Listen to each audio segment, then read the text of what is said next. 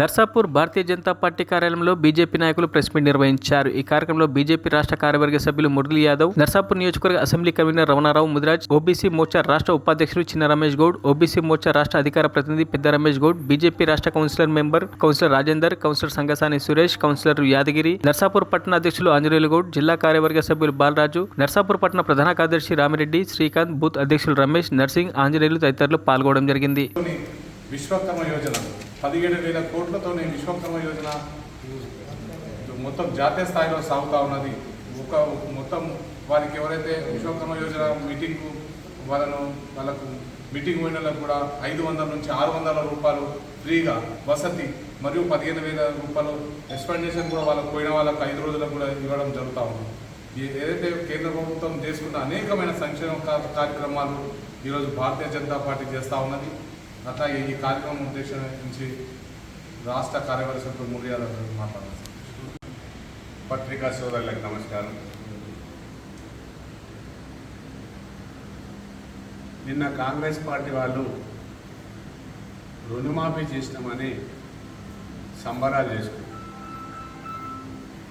Congress party నాయకులను సూటిగా ప్రశ్నిస్తున్నాం. ఈ రాష్ట్ర ముఖ్యమంత్రిని మసిబూసి మారడుగా చేసి అబద్ధాలతోని అధికారంలోకి వచ్చి మేము అధికారంలోకి రాగానే 6 గ్యారంటీలు ఇస్తాం అని చెప్పి 60 అబద్ధాలు ఆడి 420 జూట మాటలు చెప్పి అధికారంలోకి వచ్చింది. అధికారంలోకి వచ్చిన తర్వాత ఈరోజు కరెంటు చూస్తే ఈ రోజు పొద్దుటి నుంచి 10 సార్లు అయింది. కరెంటు సరిగా లేదు. ఇవాళ రుణమాఫీ అని చెప్పి రకరకాల కండిషన్ పెడుతుంది. కూట్ల రాది అనోడు ఎట్ల రాదిసా అని గతంలో ఉన్న ముఖ్యమంత్రి కూడా ఈ రాష్ట్రం ప్రజల సేవ చేస్తారు, తెలంగాణను ఉద్ధరిస్తారని గెలిపిస్తే పక్క రాష్ట్రాలలో పనిచేసింది.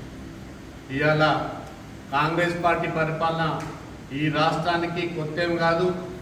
గల్లీ నుంచి ఢిల్లీ దాకా కాంగ్రెస్ ప్రభుత్వం ఉన్నప్పుడు ఇట్లనే ఒక ముఖ్యమంత్రిని దించాలంటే ఒక ముఖ్యమంత్రి చేసే పరిస్థితి. గతంలో కేసీఆర్ 10 సంవత్సరాలు ఏ అడుగుజాడలలో నడిచిందో వేరే పార్టీలలో గెలిచిన తీసుకునే పరిస్థితి. కానీ ఇవాళ రేవంత్ రెడ్డి కూడా అదే పరిస్థితి. ఇప్పటికి 10 సంఖ్య దాటింది. ఇంకో మంది ఎన్నికలలో ప్రజలు ప్రతిపక్షంలో ఉంటారు, ప్రతిపక్షం మాట్లాడుతుంది అని అధికార పార్టీకి ఇస్తే ఇవాళ రేవంత్ రెడ్డి 7 నెలలు అవుతుంది ప్రభుత్వం వచ్చి, ఒక్క రేషన్ కార్డు ఇవ్వాలి. విద్యార్థులు ధర్నా చేస్తారు. ఇలా వర్షం సీజన్ పడి వర్షాలు సరిగా పడకుండా హాస్పిటల్లో చూస్తే పేషెంట్లు డెంగ్యూ జ్వరాలు కానీ మలేరియా కానీ వస్తుంది. ఇప్పటిదాకా పట్టించుకున్న పాపన పోతలేదు. గ్రామ పంచాయతీలు సర్పంచ్ల పీరియడ్ అయిపోయి రాష్ట్రం నుంచి రావాల్సిన నిధులు గత ప్రభుత్వం. మరిన్ని అప్డేట్స్ కోసం మా ఛానల్ని సబ్స్క్రైబ్ చేయండి.